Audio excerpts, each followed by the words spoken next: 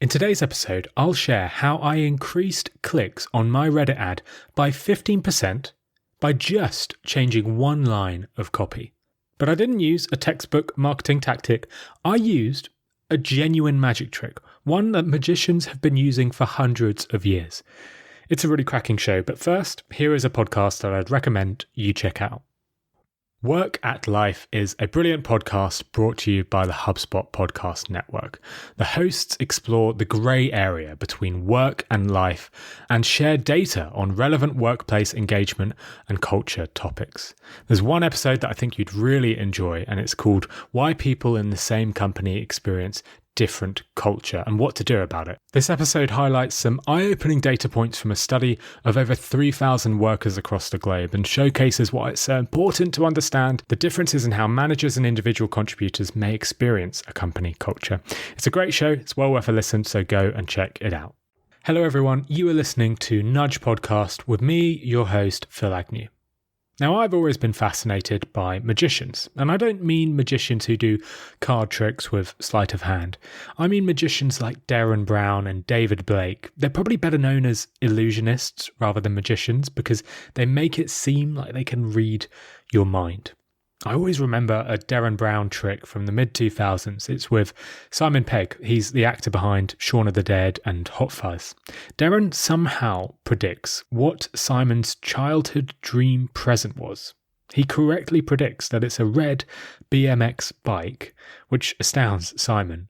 But then he gets Simon to open this big box that's been sitting in the corner of the room since the trick began. And of course, sitting in the box is a red BMX bike, the exact type that Simon dreamed of as a child. Now, I can't begin to say how Darren does this, but I know that a lot of his tricks are rooted in basic psychology. Robert Cialdini talks about this in his book, Persuasion. Now, Robert Cialdini shares in the book that as a student, he studied palm reading. This surprised me, right? The great social scientist Robert Cialdini also reads palms, but he explains that it wasn't because he believed in palm reading or that he thought it was a good way to learn about someone. He just wanted an excuse to talk to people at parties, and I think that's fair enough. Anyway, he went to heaps of lessons on this subject, learning all there is about palmistry, as it's known, and he got really good. He read people's palms and he would accurately predict things about their lives. Whether they were happy, whether they were sad, whether they were in a loving relationship, whether they were in need of an adventure. This surprised Cialdini. He was a rational guy and he couldn't quite believe how accurate his predictions were. So he tried something. He read someone's palm and then he'd tell them the complete opposite of what he was supposed to say. See, palmistry has lots of rules about what different lines on the palm mean, but rather than following the script, Robert Cialdini said the complete opposite. But the people who he was reading, they reacted in the exact same way. They said, "Gee, how did you know that? Gosh, that's me." No matter what he predicted, he was always accurate. That's when Cialdini realised it wasn't that reading palms was good at predicting someone's life and figuring out what they felt. It was the questions he was asking. See, palm reading forces you to ask specific questions about your subjects, questions that are weighted in a certain way to elicit a specific answer. For example, he'd say, "I can sense you've had some unhappiness in your life recently. Are there any examples that come to mind?" Now, to the average bloke off the street, this sounds like a normal, reasonable question, but it's not. The way that this question is framed forces people to think of unhappy moments. All of us have very varied lives with highs and lows, so even an above average happy person can immediately think of a few moments in their recent past where they felt unhappy. So when people hear this question, they respond by saying, "Oh yeah, you're right, I have been a bit unhappy recently," and they're shocked that Cialdini could predict such a thing. But of course, he didn't predict anything. He just framed a question in a way that forces those memories to mind. Then the confirmation bias kicks in, making the subject really feel like they have been unhappy. There are studies that back this up, by the way. There was a piece of research done with Canadians who, ironically, are seen as people who are much happier than the average person. The Canadians were asked either if they were unhappy or happy with their social lives. Those who asked if they were unhappy were far more likely to encounter dissatisfactions as they thought about it, and consequently were 375% more likely to declare themselves unhappy. Now, there's no reason why they should have been more unhappy. That was a random 50% sample. And yet, just by asking, are you unhappy, made people 375% more likely to say that they were. Palmistry isn't about reading palms, it's about asking the right questions. Now, I find this all a little twisted, and Cialdini agrees. He goes on to share how frightening this psychological phenomenon can be. For example, if a politician wants to prove that people are unhappy with something that their rival party has done, they just need to ask a question which primes people to think of unhappy responses. Like, how angry were you when members of the Blue Party did this? Or how upset did you feel when members of the Red Party said that? These single-shoot questions force certain results, and you should never ask them when you're conducting market research.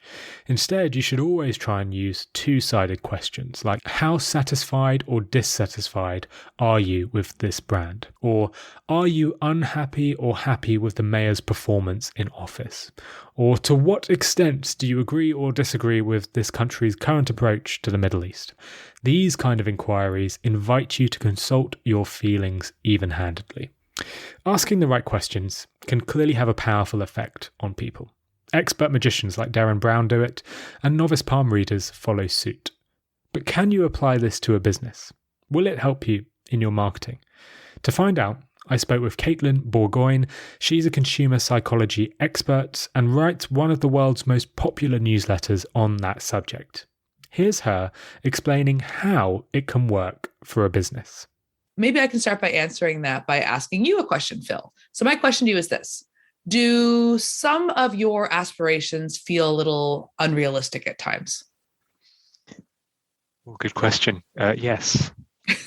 Right. So that question, if your listeners ask themselves that same question, they might say, yes, I also feel like sometimes my aspirations are a bit unrealistic and I've got these huge goals and dreams and maybe they are a bit unrealistic. And they would say, she's really speaking to me with that question. Katelyn gets me. And the reality is that is what's known as a Barnum statement. And a Barnum statement is a general characterization that is focused on an individual, but is so broad that it could apply to almost anyone. So one of the places where you'll see these is in horoscopes, right? When you read your horoscope, oftentimes it is like, oh my God, it's like you are going to have an encounter with a person about a financial thing, right? That's not very articulate, but it could be something like that. And you'll go, that did happen. I just went with my banker, or I had a conversation with a potential client, yes, this is accurate to me. But almost anybody reading that, regardless of when they're born, would be able to say, yes, that resonates with me.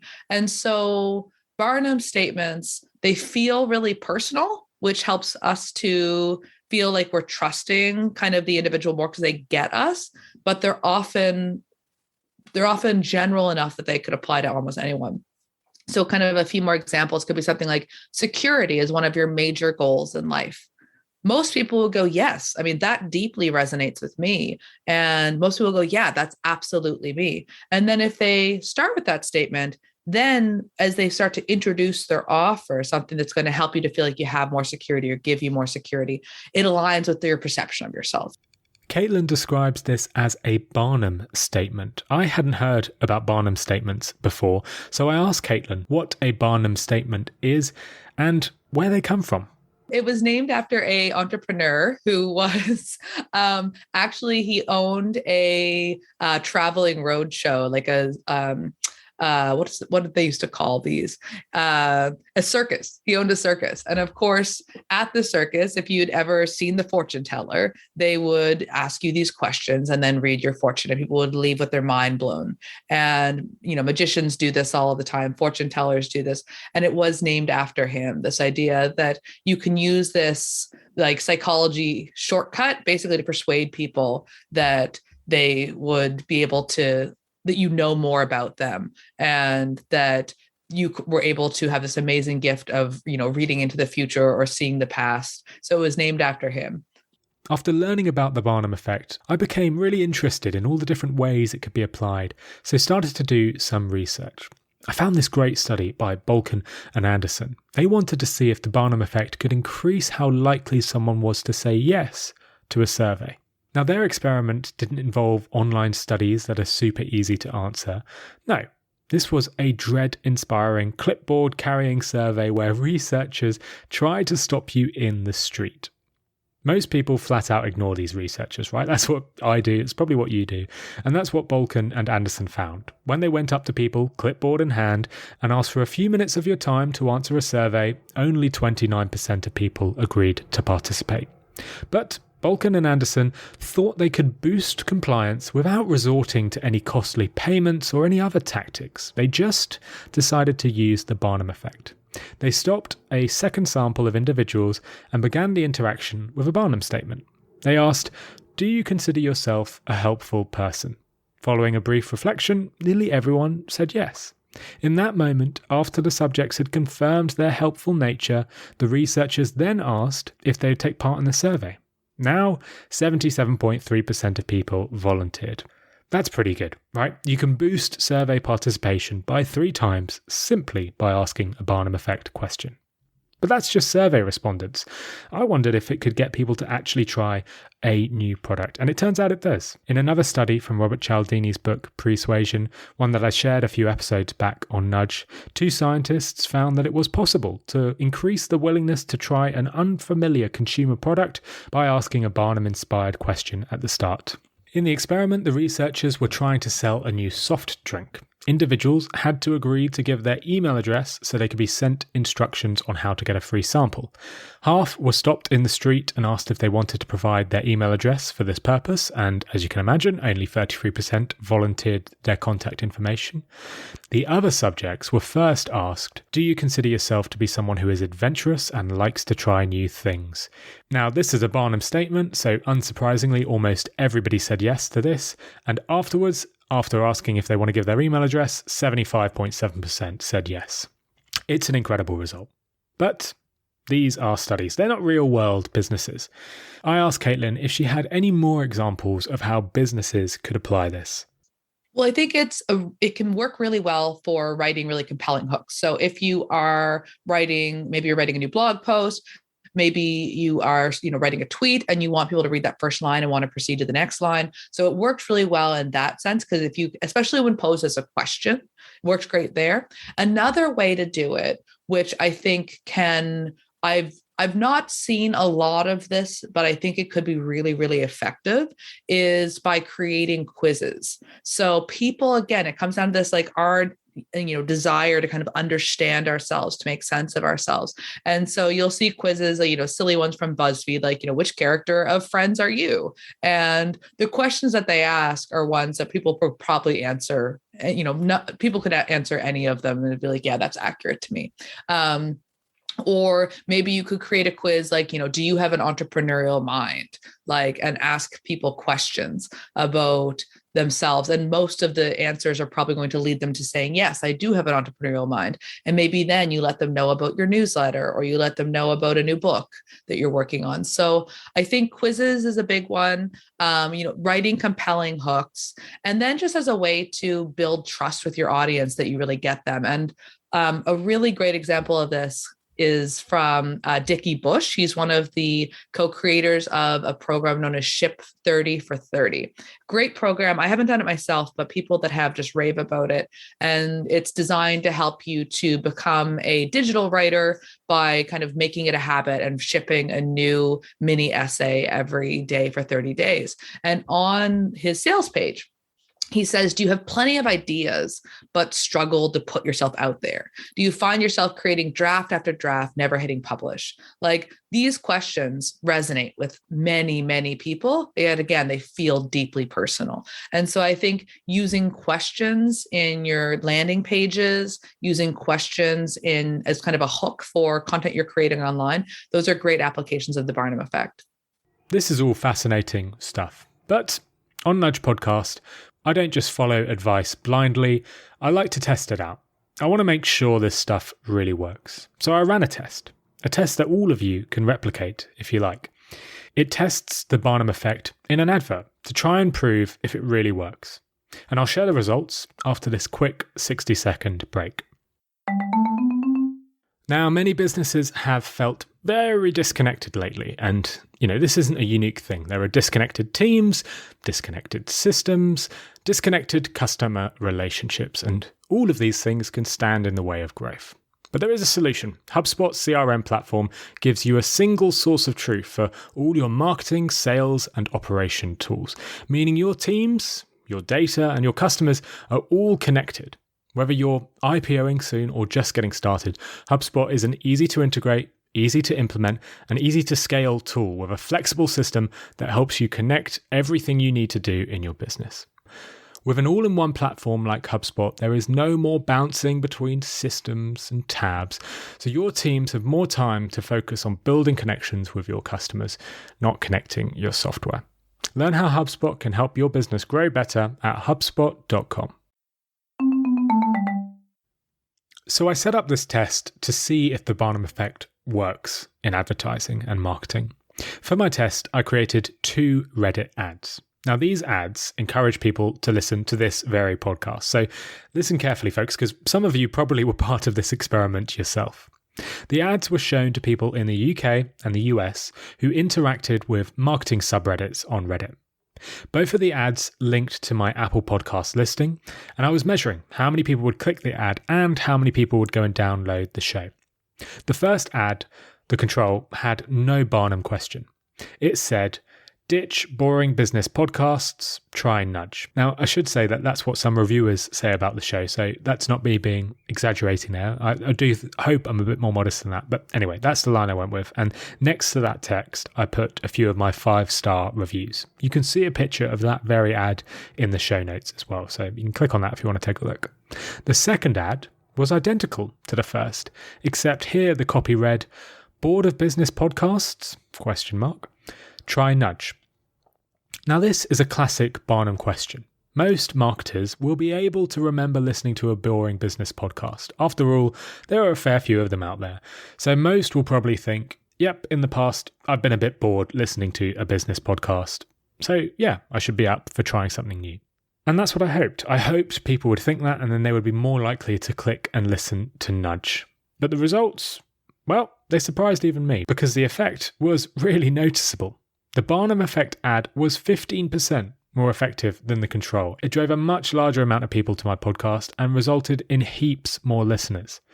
A 15% improvement from changing just 2 words and adding a question mark is seriously impressive. Remember, the image is identical. I just changed those 2 words and added a question mark. At this stage, I should clarify that this isn't peer-reviewed. I only spent $200. The ad was seen by 350,000 people, but it hasn't been cited in a peer-reviewed journal. However, for me, that's not the point. I just want to test it. I want to try it out myself and share, honestly, my feedback with you all. I would share if it worked and I would share if it didn't. And for me, this time, it did. So again, please do take a look at the ads in the show notes if you want to have a closer look. Asking the right questions is a great way to boost your marketing, and I'd encourage you all to try it out. But it's not just businesses where this can be applied. It works for speed daters too. Alison Wood Brooks and her colleagues have found that when people are getting to know each other, those that ask more questions are better liked, and speed daters who ask more questions are more likely to get second dates. And researchers Katie Milkman, Angela Duckworth, and Dana Grommet found it can help students achieve their academic goals. For their experiment, they enlisted 2,000 students across 7 Florida high schools. Some filled out a short digital questionnaire, but others were invited to do something quite out of the ordinary. Now, all of their lives, these students, like all students, had been given advice to stay focused in class, to do more practice problems before tests, and to always turn in their homework on time. For this experiment, however, it would be different. This time, the students would be asked not to take advice, but to give advice. They were asked, what advice would you give to others who are taking this class? That's something that students don't get asked very much. And lo and behold, the strategy worked. The students who had just given a few minutes of advice performed better in their classes than other students. To be clear, giving a handful of study tips to other students didn't turn C students into A students, but it did boost performance for high schoolers from every walk of life. Strong students, weak students, students in the free lunch program, and students from wealthier families all saw small improvements in their grades after advising peers. Asking the right questions is clearly underrated. Ask the right ones and you'll improve your ads, you'll improve your relationships, and you'll make yourself into a fine palm reader. So there might be one question you're asking yourself right now, which is, what should I listen to next? Well, if you enjoyed this show, I would suggest you go back and listen to my previous episode with Katelyn. It's called 3 Nudges I Wish I Had Learnt at Business School. It's a cracking listen, and if you want to find out why some Super Bowl ads flop while others triumph, then go and listen to that show. And please go and check out Katelyn's content as well. Her newsletter is absolutely brilliant. Every week, she looks at a nudge and breaks it down, explaining how to apply it to marketing. I've dropped a link to her newsletter in the show notes, so you can go sign up there. She also runs a brilliant Twitter account as well, so go check that out too. And while you're signing up for newsletters, please go and sign up for the Nudge newsletter. On that, I share tips each week applying behavior science to marketing. You'll get tips every Monday and announcements when new shows go live. So it's really worth signing up to. So if you want to do that, go click at the link in the show notes to sign up. And one more thing, I have got a TikTok account where I share short videos walking through some of the weird, irrational ways our brains make decisions. I share tips about how to make more memorable marketing, the world's best billboard, and the genius behind Red Dead Redemption's advertising. So if you're interested in that, and if you're on TikTok, search for Nudge Pod, that's Nudge Pod, and give me a follow. Anyway, that's all for today, folks. Thank you so much for listening.